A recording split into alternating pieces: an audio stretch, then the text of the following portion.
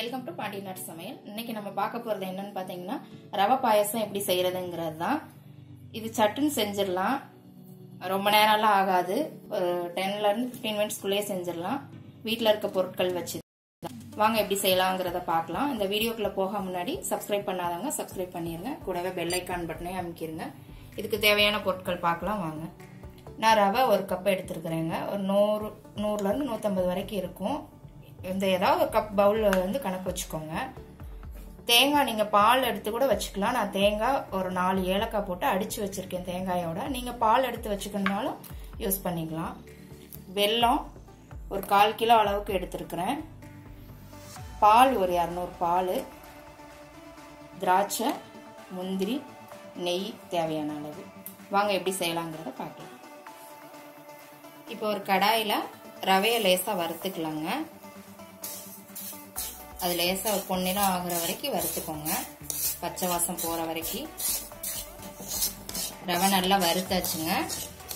இப்போ ஏதோ பிளேட்ல எடுத்து வச்சுக்கலாம். இப்போ ஒரு பாத்திரத்துல வெல்லத்தை கரைச்சி வடிகட்டி எடுத்து வச்சுக்கலாம். சிம்லேயே வச்சு செய்யுங்க. 1/4 டம்ளர் தண்ணி ஊற்றி வைக்கிறேன் நான். அது மெல்ட் ஆனா போடுங்க. மெல்ட் ஆயிடுச்சுன்னா இறக்கிடுங்க. ரொம்ப காய்ச்சிட வேண்டாம், கரைஞ்சிட்டா போதும். பாருங்க, வெல்லம் நல்லா மெல்ட் ஆகினதுக்கு அப்புறம் நான் வடிகட்டி எடுத்து வச்சிருக்கிறேன்.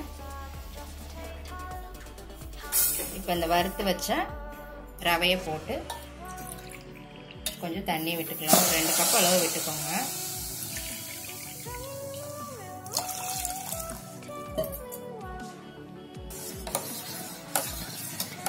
இது கொஞ்சம் கை எடுக்காம அப்படியே கிண்டி விடுங்க, இல்லைன்னா கெட்டி தட்டிடும். லேசா ஒரு கொதி வரவும் இந்த பாலை ஊத்திக்கோங்க. ரவையும் வெந்துருச்சு பாருங்க.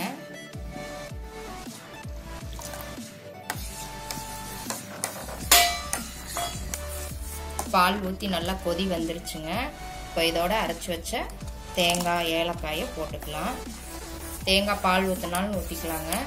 டைட்டா இருக்குது, நீங்க தண்ணி நல்லா விட்டுக்கலாம். அவ்வளவு நாளும் ஆற ஆற அது வந்து டைட் ஆயிரும். தண்ணியாவே காய்ச்சுங்க. இப்போ இதோட நம்ம காய்ச்சி வடிகட்டி வச்ச வெல்லத்தையும் சேர்த்துக்கலாங்க.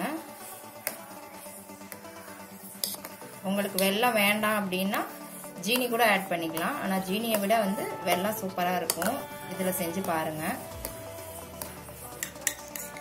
இப்ப வரா முன்னாடி நம்ம முந்திரி திராட்சைய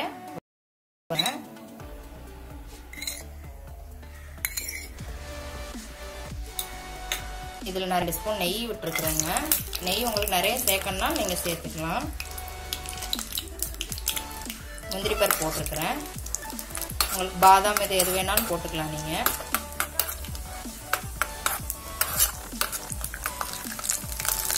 இப்ப திராட்சையை போட்டுக்கலாங்க. முந்திரி கொஞ்சம் லேசா வறுபடவும் திராட்சை போடுங்க. கேஸ் ஆஃப் பண்ணிட்டேன் நான். இந்த சூப்லயே ரெடி ஆயிடும் பாருங்க. சூப்பரா ரெடி ஆயிருச்சு. நீங்க தண்ணியாவே காய்ச்சிக்கோங்க, நல்லா டைட் ஆயிரும். அவ்வளவுதாங்க. இதுல முந்திரி திராட்சை போட்டு இறக்குனா வேலை முடிஞ்சது. சூப்பரான ரவா பாயசம் ரெடி ஆயிருச்சு பாருங்க. செஞ்சு பாருங்க, சீக்கிரமே செஞ்சிடலாங்க. குழந்தைங்களுக்கெல்லாம் ரொம்ப பிடிக்கும். கெஸ்ட் யாராவது வந்தாங்கன்னா 15 மினிட்ஸ்லேயே செஞ்சு கொடுத்துடலாம். செஞ்சு பார்த்துட்டு எப்படி இருக்குன்னு கமெண்ட்ல போடுங்க. லைக் பண்ணுங்க, ஷேர் பண்ணுங்க, சப்ஸ்கிரைப் பண்ணுங்க, கூடவே பெல் ஐக்கான் பட்டனையும் அமுக்குங்க. அன்போடு சமைத்து ஆனந்தமாய் உண்டு இன்பமாய் வாழுங்கள். வாழ்க வளமுடன்.